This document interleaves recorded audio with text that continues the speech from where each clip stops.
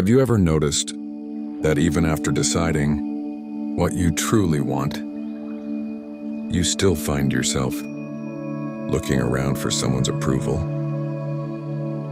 Someone to tell you, it's okay, you're not selfish, you're allowed to live this way. As if becoming yourself requires permission. Stay with me until the end, because by the end of this conversation, you'll understand why you still keep waiting for someone else's approval before allowing yourself to fully be yourself. And once you see it, you may finally stop waiting for permission to become who you already are. None of us are born asking for permission to exist. Children don't naturally wonder whether their feelings are acceptable, whether their needs are too much, whether their personalities make other people uncomfortable. Somewhere along the way, many of us learned something else. We learned that love felt safer when we were easy to understand, easy to please, easy to need. We learned that approval brought connection, and disappointment felt dangerous. Slowly, without realizing it, we began asking ourselves a question before almost every decision. Will this disappoint someone? Will someone misunderstand me? Will someone be upset with me?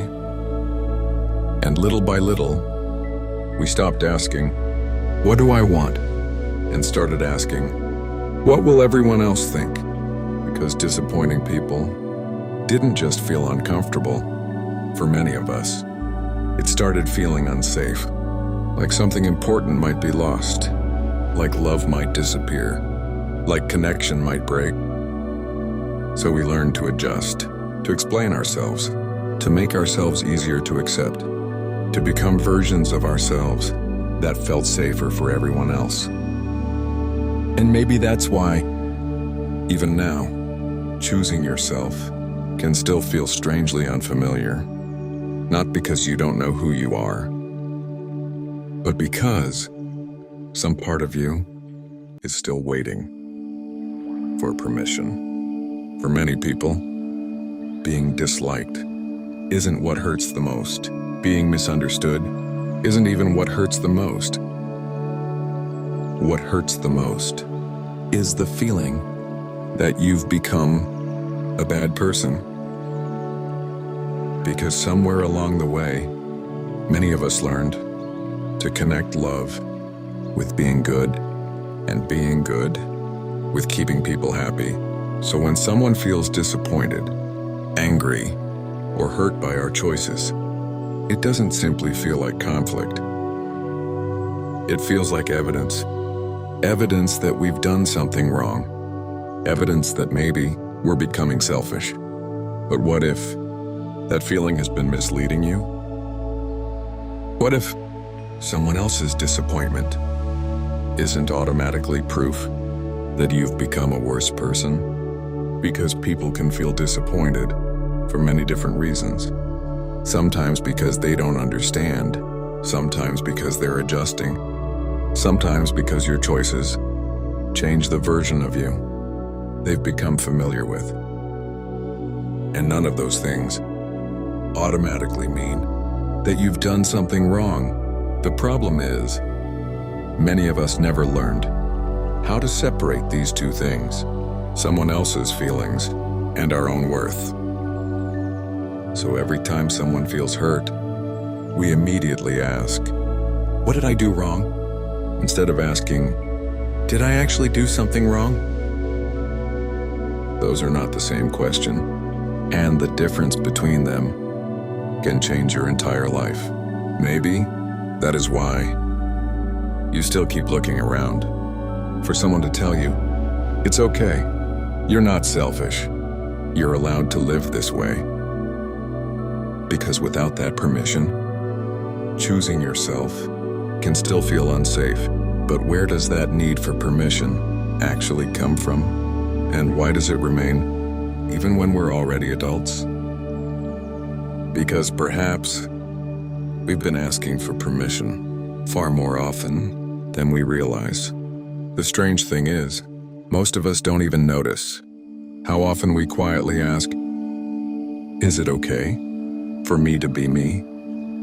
The strange thing is, most of us don't realize how often we ask for permission because we don't always ask directly. Sometimes it sounds like, "Do you think this is okay? Am I overreacting? Maybe I'm being selfish. What would you do?" And sometimes we already know what we want, but we still cannot relax until someone else agrees. Because agreement feels safe, approval feels safe, permission feels safe. If other people agree with us, maybe we won't disappoint anyone. Maybe we won't be rejected. Maybe we won't lose connection.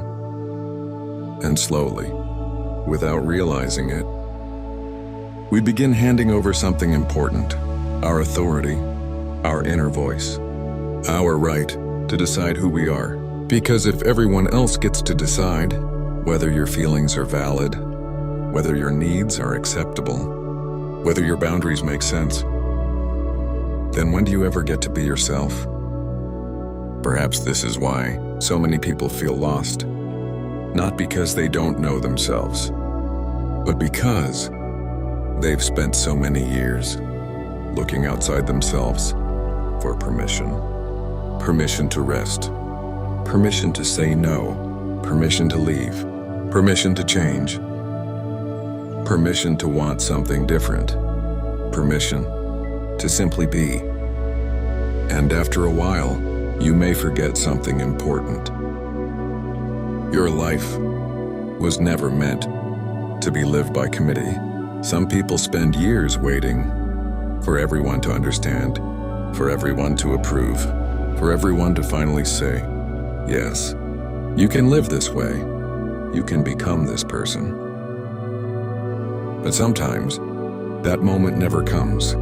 And if you are waiting for everyone to agree before allowing yourself to become who you are, you may end up waiting for the rest of your life.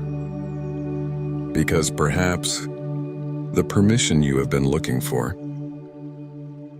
was never theirs to give. So if permission doesn't come first, then what does? How do you begin trusting yourself? When certainty still hasn't arrived, one of the reasons we keep waiting for permission is because we are also waiting to feel completely certain, completely confident, completely sure, completely at peace. We think, once I know this is the right decision, then I will finally move forward.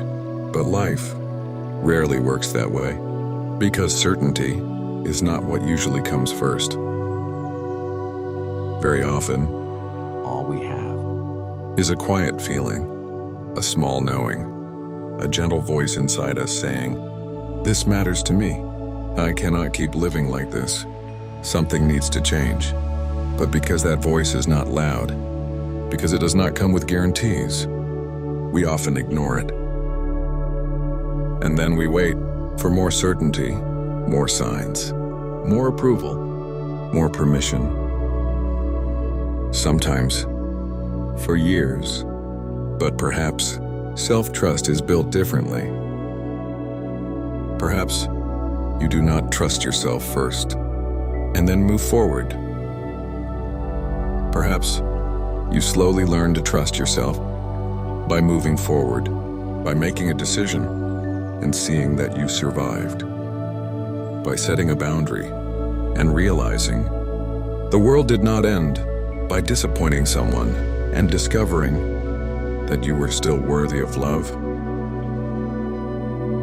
Little by little, you begin collecting evidence that says, I can listen to myself, I can take care of myself, I can survive difficult feelings, and I can still be okay, because self-trust is not confidence, it is not certainty, it is not never being afraid.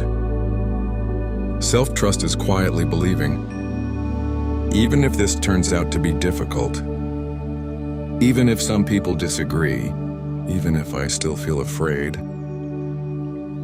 I will stay with myself through it. And perhaps that is the permission you have been waiting for. Not permission from everyone else, but permission from yourself. Because maybe becoming yourself was never about finally receiving approval. Maybe it was about finally deciding that your own voice matters too. Maybe one of the most exhausting ways to live is constantly waiting for people to understand, waiting for people to agree, waiting for people to finally tell you, it's okay. You can live this way. You are allowed to become this person. Because as long as your permission belongs to other people, your life will always feel uncertain because people will disagree. Some people may misunderstand you, some may need time to adjust, and some may never fully understand.